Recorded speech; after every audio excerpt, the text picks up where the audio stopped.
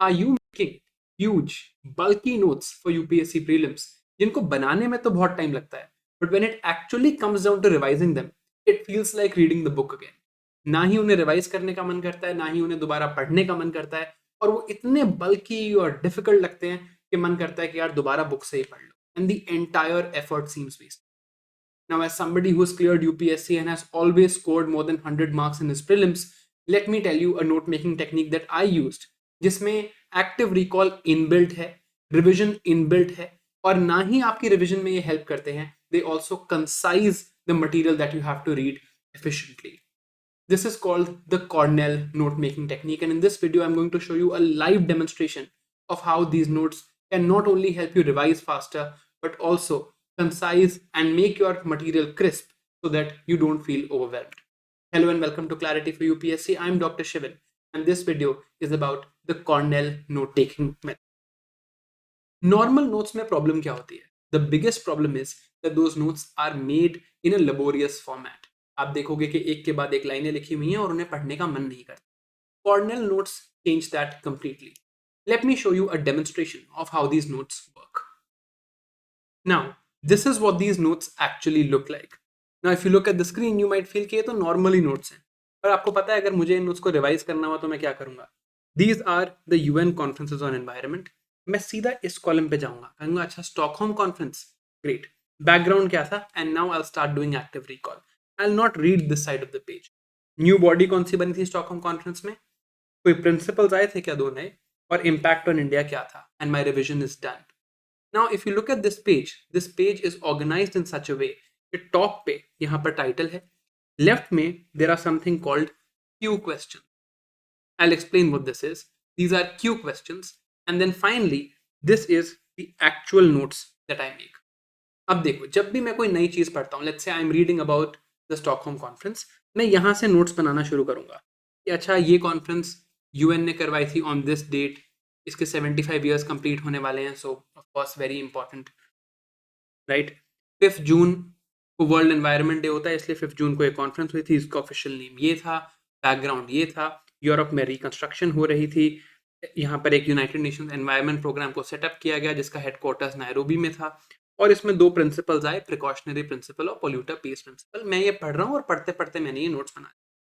अब बुक में जो इन्फॉर्मेशन है, और अगर मैं सिर्फ इतने पार्ट ऑफ नोट्स को देखूं तो ऐसा लगता है कि बुक को ही दोबारा पढ़ रहा हूँ, इसमें कुछ नया तो आता नहीं, ना ही इसमें एक्टिव रिकॉल हो पाती है. होता क्या है कि I am just going to read the same thing over and over again. जो बुक में पढ़ा था वही मैं यहाँ पर पढ़ने वाला हूँ, same thing is going to happen, right.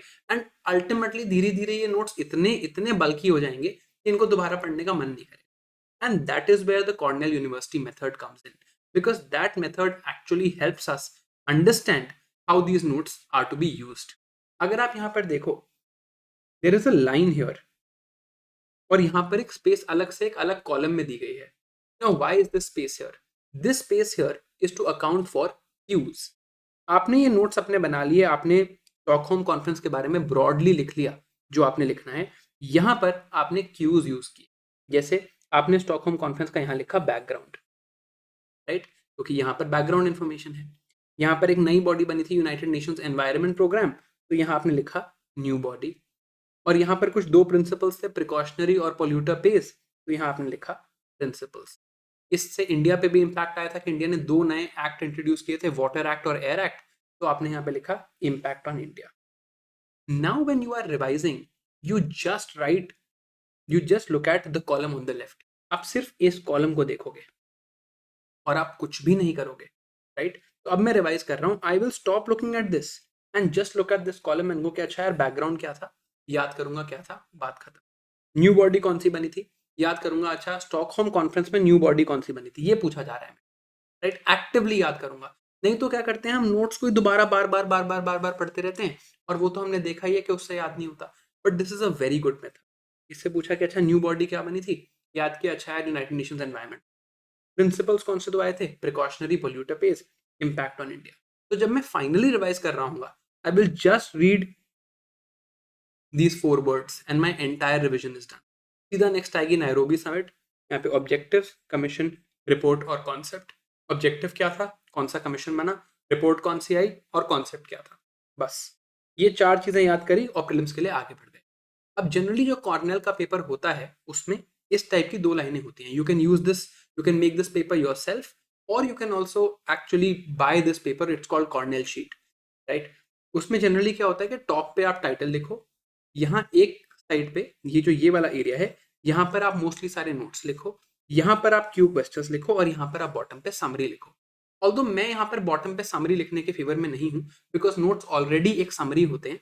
तो मेरा यहाँ पर अप्रोच रहता था कि कुछ अगर करंट अफेयर्स इसी टॉपिक से रिलेटेड मिल गए तो मेरे इस नोट्स में यहाँ पर थोड़ी जगह है, मैं यहाँ पर करंट अफेयर्स ऐड कर लूँ, and this is how I would revise. अब इस टेक्निक के फायदे क्या हैं? This has immense multiple benefits. आप देख रहे हो कि जब मैं रिवाइज कर रहा हूँ, this would be such a fast method to revise with, कि मेरे को बहुत कम टाइम लगेगा, and it actually makes my notes fun. एक और चीज मैं यहाँ पे बता रहा हूँ, जब आप रिवाइज करोगे आपको रियलाइज होगा कि ये पार्ट है यार जो मुझे भूलता है। जैसे मैं स्टॉकहोम कॉन्फ्रेंस पे आया और मुझे लगा यार कि चलो ठीक है रिवाइज करते हैं, देखते हैं, और मुझे लगा यार बैकग्राउंड तो मुझे हमेशा याद रहता है, बट मैं ये प्रिंसिपल्स वाला पार्ट भूल जाता हूँ कि यहाँ पे 2 प्रिंसिपल्स आए थे, precautionary and polluter pays principle. तो मैं इसको हाईलाइट करके रखूंगा, and in the future I make sure that I focus more on revising this thing. जब मैं सेकंड टाइम या थर्ड टाइम रिवाइज कर रहा हूँ तो मुझे पता है यार बैकग्राउंड और न्यू बॉडी तो मुझे याद है, it is the principles that I generally forget, and I make sure that I remember the principles properly, और उसको मैं हाईलाइट भी कर सकता हूँ। Now how to actually make these notes, इसकी बात करते हैं। To show you how these notes are made, let me demonstrate the entire process to you. ये जो आप मेरे ऊपर देख रहे हो ये लक्ष्मीकांत का एक स्क्रीनशॉट है जहां मैंने फीचर्स ऑफ डायरेक्टिव प्रिंसिपल्स की बात की है, और ये खाली कॉर्नेल पेज है। और देखते हैं कि अगर मैं इसको पढ़ रहा होता तो मैं इसके नोट्स कैसे बनाता, right. So let's read from here. First चीज कह रहा है कि एक फ्रेज है directive principles of state policy, और ये कह रहा है कि these are things that the state should keep in mind जब वो पॉलिसीज बना रहा हो, right. These are constitutional instructions और रिकमेंडेशंस हैं स्टेट को, लेजिस्लेटिव में, एग्जीक्यूटिव और एडमिनिस्ट्रेटिव मैटर्स में। और यहाँ पर स्टेट का मीनिंग वही है जो फंडामेंटल राइट्स के साथ इसका मीनिंग है, राइट।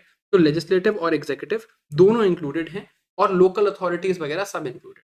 तो जब मैं इसके नोट्स बना रहा हूँ मैं यहाँ पे क्या लिखूंगा, ऑब्वियसली यहाँ पे टाइटल लिखा जाएगा that these are directive principles of state policy. यहाँ पे I write the title that okay these are directive principles of state policy, और मैं पहले डिस्कस कर रहा हूँ इसके features. This is the title, right. अब देखते हैं सबसे पहले यहाँ पे इन्होंने क्या बात करी कि इस फ्रेज का मीनिंग क्या है, राइट। तो मैं लिखूंगा okay what is the meaning, meaning, and यहाँ पर मैं लिखूंगा एक और चीज, interpretation of the word state, क्योंकि यही एक चीज है जिससे यहाँ पे एमसीक्यू बन सकता है, बाकी तो सब कुछ लॉजिकली है। यहाँ पर मैं अपने पूरे पूरे नोट्स लिखूंगा, बट जब मैं रिवाइज कर रहा हूँ तो मुझे याद रखूंगा कि अच्छा यार यहाँ पे स्टेट का meaning is the same as the meaning of state in part 3 which is dealing with fundamental rights, and here the instructions that are given, they are given for both administrative and executive and legislative as well as for local bodies, तो सबको instruction मिलती है। आगे चलूंगा। अब second paragraph Laxmikant में क्या कह रहा है, यार ये जो डायरेक्टिव प्रिंसिपल्स हैं ये इंस्ट्रूमेंट ऑफ इंस्ट्रक्शंस को रिजेंबल करते हैं गवर्नमेंट ऑफ इंडिया एक्ट के, राइट। और ये बहुत सिमिलर हैं, ये बात doctor B R Ambedkar sir ने भी बोली है, बस ये फर्क है कि वो इंस्ट्रक्शंस सिर्फ एग्जीक्यूटिव को थी और ये लेजिस्लेचर को भी है, एग्जीक्यूटिव को भी है। तो अब मैं अपने कॉर्नल नोट्स में क्या लिखूंगा, यहाँ पर मैं लिखूंगा what is their other name and similarity. यहाँ पर मैं पूरे अपने नोट्स बनाता रहूंगा कि हाँ यार ये देखो इंस्ट्रूमेंट ऑफ इंस्ट्रक्शन से सिमिलर हैं, तब भी इंस्ट्रूमेंट ऑफ इंस्ट्रक्शन होते थे गवर्नमेंट ऑफ इंडिया एक्ट में, यहाँ पर वो सिर्फ एग्जीक्यूटिव को होते थे, ये लेजिस्लेचर एग्जीक्यूटिव दोनों को हैं, ठीक है। आगे चलूंगा, फिर क्या लिखा है यहाँ पे, यार ये वेरी कॉम्प्रिहेंसिव प्रोग्राम है, इकोनॉमिक सोशल और पॉलिटिकल प्रोग्राम है, ये high ideals of justice liberty equality fraternity जो प्रियम्बल में हाईलाइटेड हैं उनको वो अपहोल्ड करते हैं, और वेलफेयर स्टेट बनाते हैं ना कि पुलिस स्टेट, राइट। और इकोनॉमिक एंड सोशल डेमोक्रेसी बनाते हैं, राइट। यहां पर मैं लिखूंगा their establishment, what do they establish, right, and the idea of what do they not establish. यहां पर मैं अपने पूरे नोट्स बनाऊंगा जो इसकी समरी होगी, राइट। अब अगर सिर्फ इतने ही पार्ट को देखें और इतने ही पार्ट को स्टडी करें तो अब आपको समझ आएगा कि इसको देखना कितना आसान है, right. Because now when you look at these notes, right, जब आप अब इन नोट्स को देखोगे और अब आप उनको नोट्स को रिवाइज करना है तो आपके पास यहाँ पर ऐसे एक पेज में नोट्स हैं। अब आपको सिर्फ ये वाला पार्ट पढ़ना है। आप पढ़ने पे आए अच्छा है डीपीएसपी के फीचर्स रिवाइज कर रहा हूँ, लक्ष्मीकांत ने पढ़ा था, what is the meaning of the word DPSPs. तो हाँ यार ये डायरेक्टिव्स हैं एक्सेट्रा एक्सेट्रा पार्ट 4 में दिए हैं। अब मैंने यहाँ पे देखा है स्टेट लिखा है, तो मुझे इमीडिएटली याद आएगा कि हाँ बुक में स्टेट में कुछ अलग तो था, तो अब यहाँ पर मैं लिखूंगा हाँ यार स्टेट में कुछ अलग था, और ये जो स्टेट अलग है उसका मतलब क्या था कि it is the same meaning as part 3। फिर पूछूंगा इसका अदर नेम एंड सिमिलैरिटी, यहाँ पर मेरे नोट्स लिखे हुए हैं, this I will only refer अगर मुझे याद नहीं आया तो, but I will just look eight other name and similarity and से अच्छा यार अदर नेम एंड सिमिलैरिटी, ये इनका दूसरा नाम तो इंस्ट्रूमेंट ऑफ इंस्ट्रक्शंस था, they are similar to the instrument of instructions given in government of India act 1935। फिर आऊंगा what do they establish and what do they not establish? They establish a welfare state, they establish social and economic democracy, and what do they not establish? They do not establish what? A police state. और वो यहाँ लिखा होगा, but मेरी revision सीधा ऐसे होगी, जो चीज मैं मिस करूंगा उसको मैं हाईलाइट करता जाऊंगा, और ऐसे जब मेरी रिवीजन हो रही होगी it would be so fast and it would be active, passively री रीडिंग ऑफ नोट्स नहीं होगी, एक्टिव रिवीजन होगी, मुझे अपनी मिस्टेक्स पता चलेंगी, एंड एट द एंड सोचो जब प्रीलिम्स में सिर्फ एक हफ्ता पड़ा होगा, then how quick I am going to be in my revision, and that is the major advantage of these Cornell. Now there are some other advantages here too. Firstly you can integrate PYQs. मान लो आप PYQs पढ़ रहे हो, जो जो left में column है where you have you know the Q questions, that column is going to be empty. तो कोई पीवाईक्यू हुआ जो आपको मुश्किल लगा या आपको याद करना है, तो उस क्यू को आप वहीं अपने नोट्स के साथ रख लो। जैसे मान लो यहाँ पर प्रिकॉशनरी प्रिंसिपल पे कोई पीवाईक्यू है या डीपीएसपी पे कोई पीवाईक्यू है, I can just keep it there, then it reduces your note making time also. आपको पता है आपने अल्टीमेटली तो क्यू क्वेश्चन से ही रिवाइज करना है, तो you just need to write keywords and you need to write structured points, बहुत इलेबोरेट पैराग्राफ लिखने की जरूरत नहीं है। And lastly even if you have your notes scanned on a mobile phone, आप तब भी रिवाइज कर सकते हैं। However, I would still say that you need to avoid some common mistakes. बहुत ज्यादा ओवर डिटेल करने की जरूरत नहीं है, राइट? क्यू क्वेश्चंस को यूज जरूर करना है, ऐसे नहीं कि बस एक बार लिख दिया और फिर से वही चीजें बार बार पढ़े जा रहे हैं, पूरे इलेबोरेट नोट्स बार बार पढ़े जा रहे हैं, ये नहीं करना है। एंड डेफिनेटली पीवाईक्यू जरूर देखने हैं, क्योंकि क्यू क्वेश्चंस जो हमारे हैं वो जितने ज्यादा पीवाईक्यू से क्लोज होंगे उतने बेटर हमारे नोट्स बनेंगे। Now, what is the action plan up next? I would say that firstly, इस वीक ट्राई करना कि आप जो भी पढ़ रहे हो at least make 4 to 5 pages of Cornell, इससे ज्यादा नहीं, बस 4-5 पेजेस के कॉर्नल नोट्स बनाओ इस हफ्ते, और रिवाइज करके देखो आपके जो ट्रेडिशनल नोट्स है और आपके जो नए नोट्स हैं इनमें क्या फर्क पड़ता है, and I am sure that your revision will be much much better, right? If you look at the other videos on my channel on how to learn, on how to actually use active recall, you realize the importance of using Cornell notes, right? And you can comment below and tell me कि अगर आपको किसी specific subject में problem आ रही है, I can help you in how to make Cornell notes for that as well. Thank you for watching. This is Dr. Shivan signing off, and I hope this adds value to your prep.